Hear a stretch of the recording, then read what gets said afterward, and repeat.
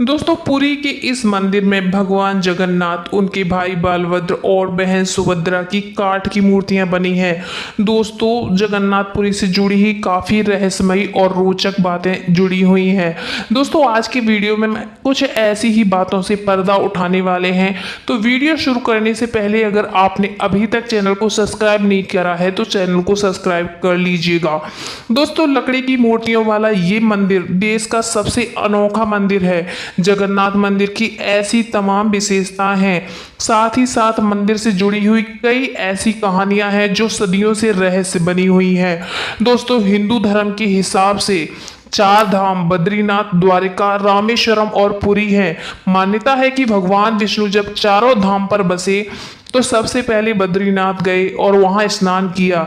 इसके बाद वो गुजरात की द्वारिका गए और वहां कपड़े बदले। द्वारिका के बाद ओडिशा के पुरी में उन्होंने भोजन किया और अंत में तमिलनाडु के रामेश्वरम में विश्राम किया। तो पुरी में भगवान श्री जगन्नाथ जी का मंदिर है। तो पुरी के इस मंदिर में भगवान जगन्नाथ, उनके भाई बलभद्र और बहन सुभद्रा की काठ की मूर्तियां हैं। काठ मतलब लकड़ी की मूर्तियां हैं। लकड़ी की मूर्तियों वाला ये मंदिर देश का सबसे अनोखा मंदिर है। जगन्नाथ मंदिर की ऐसी तमाम विशेषताएं हैं, साथ ही साथ मंदिर से जुड़ी ऐसी कई कहानियां हैं जो सदियों से रहस्य बनी हुई हैं। मंदिर से जुड़ी हुई एक मान्यता है कि जब भगवान श्री कृष्ण ने अपनी देह का त्याग किया और उनका अंतिम संस्कार किया गया तो शरीर के एक हिस्से को छोड़कर उनकी पूरी देह पंच तत्व में विलीन हो गई। मान्यता है कि भगवान श्री कृष्ण का हृदय एक जिंदा इंसान की तरह ही धड़कता रहा। कहते हैं कि वो दिल आज भी सुरक्षित है और भगवान जगन्नाथ की लकड़ी की मूर्ति के अंदर है।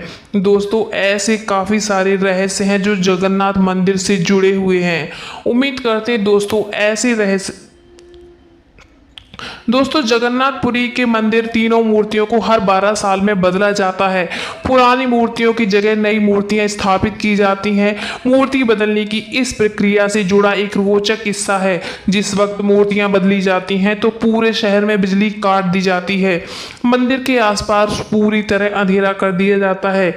मंदिर के बाहर CRPF की सुरक्षा तैनात कर दी जाती है। मंदिर में किसी की भी एंट्री पर पाबंदी होती है। सिर्फ उसी पुजारी को मंदिर के अंदर जाने की इजाजत होती है जिन्हें मूर्तियां बदलनी होती हैं। दोस्तों पुजारी की आंखों पर भी पट्टी बांधी जाती है, हाथों में ग्लव्स पहनाए जाते हैं। इसके बाद मूर्तियां बदलने की प्रक्रिया शुरू होती है।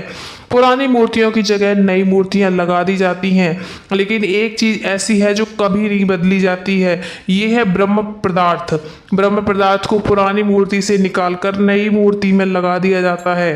दोस्तों अब आप ये सोचेंगे कि ब्रह्म पदार्थ क्या है।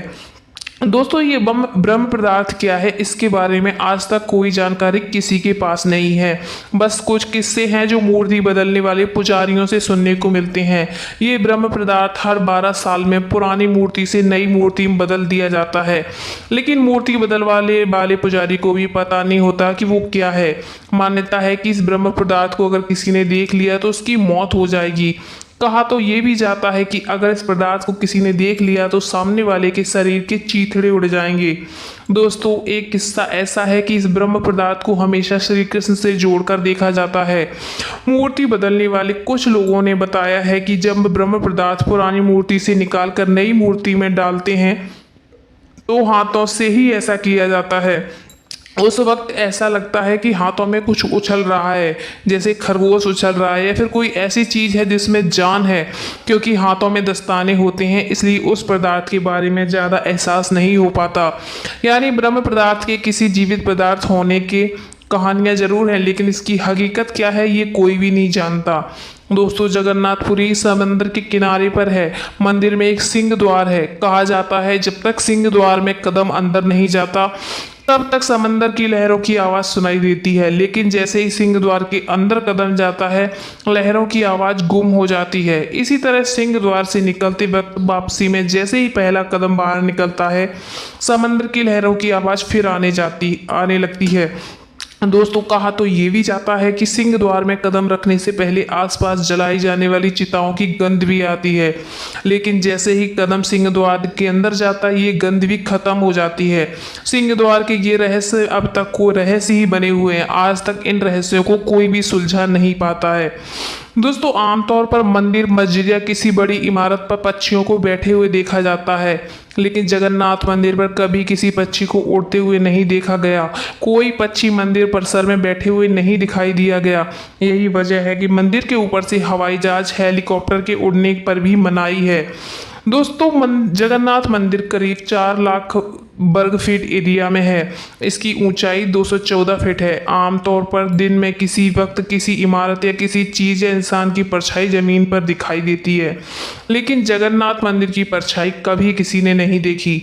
इसके अलावा मंदिर के शिखर पे जो झंडा लगा है उसको लेकर भी काफ़ी ज़्यादा बड़ा रहस्य है। उस झंडे को हर रोज़ बदलने का नियम है। मान्यता है कि अगर किसी दिन झंडे को नहीं बदला गया तो शायद मंदिर अगले 18 सालों के लिए बंद हो जाएगा। इसके अलावा ये झंडा हमेशा हवा की विपरीत दिशा में उड़ता है। दोस्तों मंदिर के शिखर पे एक सुदर्शन चक्र भी लगा है। कहा जाता है कि पुरी के किसी भी कोने में अगर इस सुदर्शन चक्र को देखा जाए तो उसका मुंह आपकी तरफ ही नजर आता है। दोस्तों कहा जाता है कि जगन्नाथ मंदिर में दुनिया की सबसे बड़ी रसोई है। इस रसोई में 500 रसोइये और 300 उनके सहयोगी काम करते हैं। इस रसोई से जुड़ा एक रहस्य ये है कि यहाँ चाहे लाखों भक्त आ जाएं, कभी आपका ये प्रसाद कम नहीं पड़ता। दोस्तों लेकिन जैसे ही मंदिर का गेट बंद होने का वक्त आता है, प्रसाद अपने आप खत्म हो जाता है, यानी यहाँ पर प्रसाद कभी व्यर्थ नहीं होता। इसके अलावा मंदिर में जो भी प्रसाद बनता है वो लकड़ी के चूल्हे पे बनाया जाता है। ये प्रसाद 7 बर्तनों में बनाया जाता है। 7 बर्तनों को एक के ऊपर एक रख के बनाया जाता है, यानी 7 बर्तन चूल्हे पर एक सीढ़ी की तरह रखे होते हैं। सबसे हैरानी की बात ये है कि जो बर्तन सबसे ऊपर यानी 7वें नंबर का होता है उसमें सबसे पहले प्रसाद बनकर तैयार होता है। इसके बाद छठे, 5वें, चौथे, तीसरे और दूसरे सबसे पहले नीचे का बर्तन का प्रसाद सबसे आखिरी में तैयार होता है। दोस्तों जगन्नाथ मंदिर से जुड़े हुए काफ़ी ज़्यादा ऐसे रहस्य हैं जो आज तक रहस्य ही बने हुए हैं। उम्मीद करते हैं दोस्तों ये वीडियो आपको पसंद आया था। पसंद आए तो लाइक करिए, चैनल को सब्सक्राइब कर लीजिएगा। Thanks for watching.